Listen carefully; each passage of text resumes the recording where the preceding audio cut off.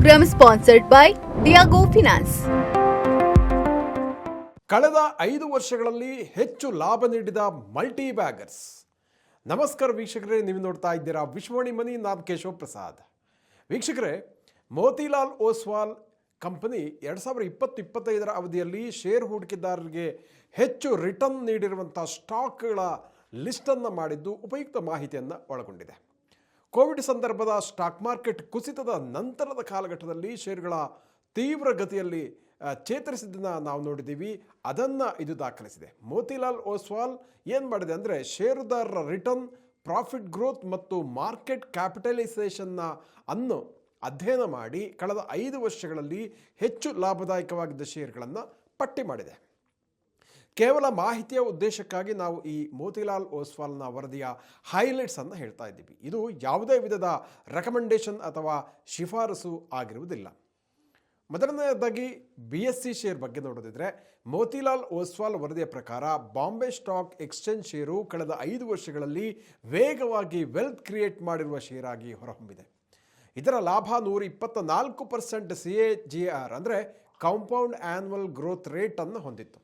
ಅಂದರೆ ಹೂಡಿಕೆದಾರರಿಗೆ 56 ಪಟ್ಟು ರಿಟರ್ನ್ಸನ್ನು BSE ಶೇರ್ ಕೊಟ್ಟಿದೆ ಅಂತ ಈ ಮೋತಿಲಾಲ್ ವರದಿ ಹೇಳಿರುವಂಥದ್ದು. ಎರಡನೇದಾಗಿ ರೈಲ್ವೆ ವಿಕಾಸ್ ನಿಗಮ್. ರೈಲ್ವೆ ವಿಕಾಸ್ ನಿಗಮ್ ಅಂದರೆ ಸರ್ಕಾರಿ ಸ್ವಾಮ್ಯದ ಸಂಸ್ಥೆಯಾಗಿದ್ದು, ಹೆಸರೇ ಸೂಚಿಸುವ ಹಾಗೆ ರೈಲ್ವೆಯ ಮೂಲಸೌಕರ್ಯ ಯೋಜನೆಗಳನ್ನು ಜಾರಿ ಮಾಡುತ್ತೆ. ರೈಲ್ವೆ ಸಚಿವಾಲಯದ ವ್ಯಾಪ್ತಿಗೆ ಬರುವಂತಹ ಕಂಪನಿ ಇದಾಗಿದೆ. ಈ ಕಂಪನಿಯ ಷೇರು ಕಳೆದ 5 ವರ್ಷಗಳಲ್ಲಿ ಹೂಡಿಕೆದಾರರಿಗೆ 28 ಪಟ್ಟು ರಿಟರ್ನ್ಸನ್ನು ಕೊಟ್ಟಿರುವಂಥದ್ದು. ಬಹಳ ಗಣನೀಯವಾದ ರಿಟರ್ನ್ ಕೊಟ್ಟಿದೆ. ಮಾರುಕಟ್ಟೆ ಮೌಲ್ಯವನ್ನು 10 ಪಟ್ಟು ಇದು ಹೆಚ್ಚಿಸಿಕೊಂಡಿದೆ. ಮೂರನೇದಾಗಿ ಜಿಂದಾಲ್ ಸ್ಟೇನ್ಲೆಸ್ ಕಂಪನಿ ಷೇರು. ಜಿಂದಾಲ್ ಸ್ಟೇನ್ಲೆಸ್ ಸ್ಟೀಲ್ ಕಂಪನಿಯ ಷೇರು ಹೂಡಿಕೆದಾರರಿಗೆ 25 ಪಟ್ಟು ರಿಟರ್ನ್ ಕೊಟ್ಟಿದೆ. ಲಾಭದಲ್ಲಿ 90% CAGR ದಾಖಲಿಸಿದೆ.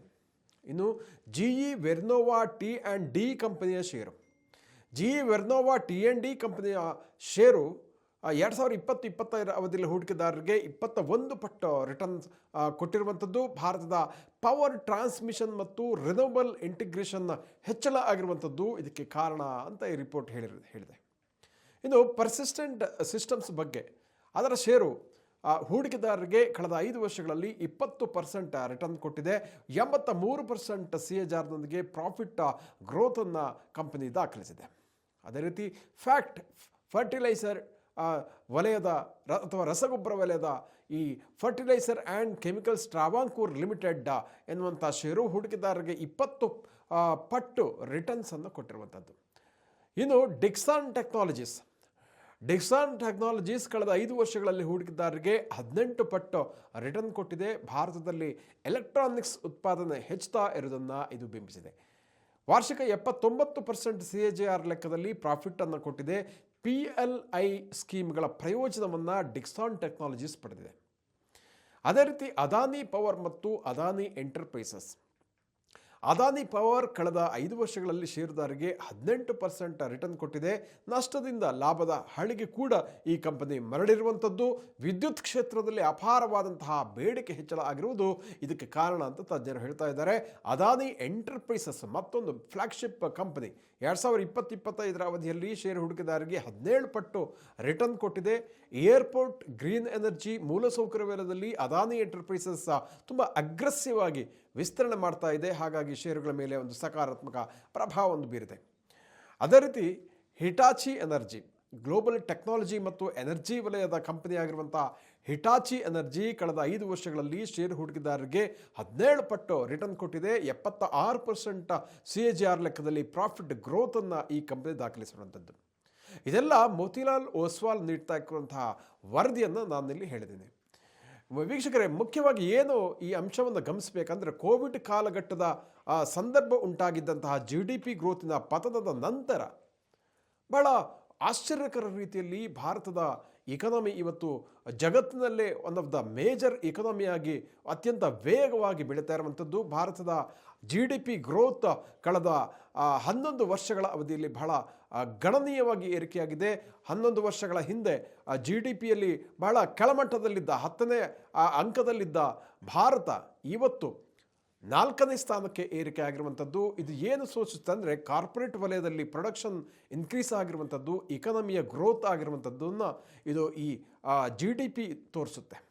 ಹಾಗಾಗಿ ಭಾರತದ ಕಾರ್ಪೊರೇಟ್ ಮತ್ತು ಕಾರ್ಖಾನೆಗಳ ಬೆಳವಣಿಗೆಯ ಪರಿಣಾಮವಾಗಿ ಇಕಾನಮಿ ಗ್ರೋತ್ ಆಗಿದೆ. ಇದರ ಪರಿಣಾಮವಾಗಿ ಷೇರು ಮಾರುಕಟ್ಟೆಯಲ್ಲಿ ಲಿಸ್ಟ್ ಆಗಿರುವಂಥ ಕಂಪನಿಗಳ ಷೇರುಗಳ ದರದಲ್ಲಿ ಕೂಡ ಕಳೆದ 5 ವರ್ಷಗಳಲ್ಲಿ ಗಣನೀಯ ಏರಿಕೆ ಆಗಿರುವುದನ್ನು ನಾವು ನೋಡಬಹುದು. ಕೋವಿಡ್ ಕಾಲಘಟ್ಟದ ಗಂಭೀರ ಹೊಡೆತದ ಮತ್ತು ಮಂದಗತಿಯ ಹೊಡೆತದ ಒಂದು ಪರಿಣಾಮ ಇದ್ದರೂ ಕೂಡ ನಂತರ ಭಾರತದ ಇಕಾನಮಿ ಮತ್ತು ಕಾರ್ಪೊರೇಟ್ ಸೆಕ್ಟರ್ ಚೇತರಿಕೆ ಆಗಿರುವಂತಹ ರೀತಿ ಬಹಳ ಜಗತ್ತನ್ನೇ ಇವತ್ತು ಚಕಿತಗೊಳಿಸುವಂಥದ್ದು.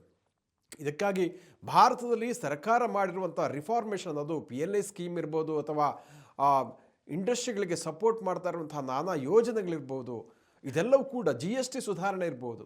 GST ಸುಧಾರಣೆಯನ್ನು ಸ್ವತಂತ್ರ ಭಾರತ ಅತಿ ದೊಡ್ಡ ಪರೋಕ್ಷ ತೆರಿಗೆ ಅಂತ ಹೇಳಲಾಗ್ತಾ ಇದೆ. ಜೊತೆಗೆ ಜನರ ಕೈಯಲ್ಲಿ ಉಳಿತಾಯ ಆಗಲಿಕ್ಕೋಸ್ಕರ ಏನು ಮಾಡಿದೆ ಅಂದರೆ RBI ತನ್ನ ರೆಪೋ ದರವನ್ನು ಇಳಿಸಿರುವಂಥದ್ದು ಆಗಿರ್ಬೋದು, ಅಥವಾ ನೇರ ತೆರಿಗೆ ಪದ್ಧತಿಯಲ್ಲೂ ಕೂಡ ಭಾರತ ಸ್ಲಾಬ್ಗಳ ಪರಿಷ್ಕರಣೆ ಮೂಲಕ ಮಾಡಿರುವಂಥ ಅನುಕೂಲಗಳು, ಇದೆಲ್ಲವೂ ಕೂಡ ಇಕಾನಮಿಯ ಗ್ರೋತಿಗೆ ಸಾಕಷ್ಟು ಪುಷ್ಟಿಯನ್ನು ಕೊಟ್ಟಿರುವಂಥದ್ದು. ಹಾಗಾಗಿ ಭಾರತದ ಇಕಾನಮಿಯ ಗ್ರೋತ್ ಕಾರ್ಪೊರೇಟ್ ಕಂಪನಿಗಳ ಲಾಭವನ್ನು ಹೆಚ್ಚಿಸಲಿಕ್ಕೆ ಕೂಡ ಕಾರಣ ಆಗಿದೆ ಅಂತ ಹೇಳ್ಬೋದು. ವೀಕ್ಷಕರೇ, ಇಂತಹ ಮತ್ತಷ್ಟು ಉಪಯುಕ್ತ ವಿಡಿಯೋಗಳಿಗೆ ವಿಶ್ವವಾಣಿ ಮನಿ ಯೂಟ್ಯೂಬ್ ಚಾನಲನ್ನು ವೀಕ್ಷಿಸಿ ಮತ್ತು ಸಬ್ಸ್ಕ್ರೈಬ್ ಮಾಡಿ. ವಂದನೆಗಳು.